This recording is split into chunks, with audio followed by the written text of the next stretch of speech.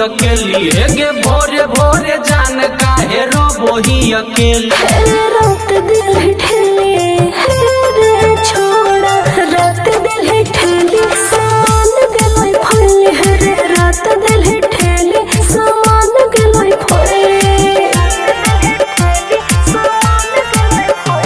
गे भोरे भोरे जान काहे रोबोही अकेली गे भोरे भोरे जान काहे रोबोही अकेली।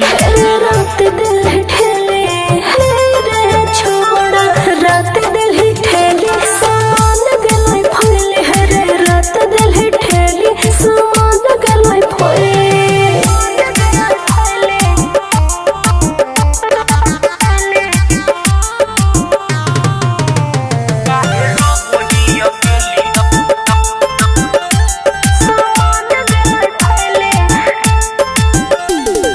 चिकन सामान देखी मन गेलो डोली जाके दो कनिया से लाई दे रे गोली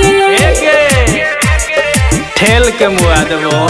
गे चिकन सामान देखी मन गेलो डोली जाके दो कनिया से लाई दे रे गोली। ढेर दर्द हो की गे हंसी हंसी जान तू खूब मजा ले ली गे हंसी हंसी जान तू खूब मजा ले ली। रात दिल ठेले रे छोड़ा रात दिल ठेले सामान गलोय फले रे रात दिल ठेले सामान गलोय फले।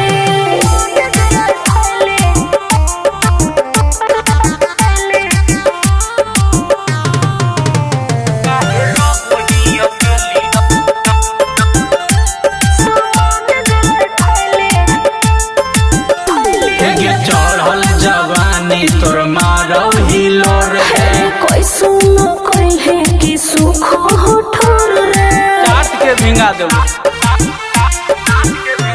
गे चढ़ल जवानी तोर मारो हिलो रे कोई सुनो कोई है कि सुख हो ठोर रे। आगे शंकरी अनूप के तो कैसे ले ली झेली गे लकी अनूप के तो कैसे ले ली झेली।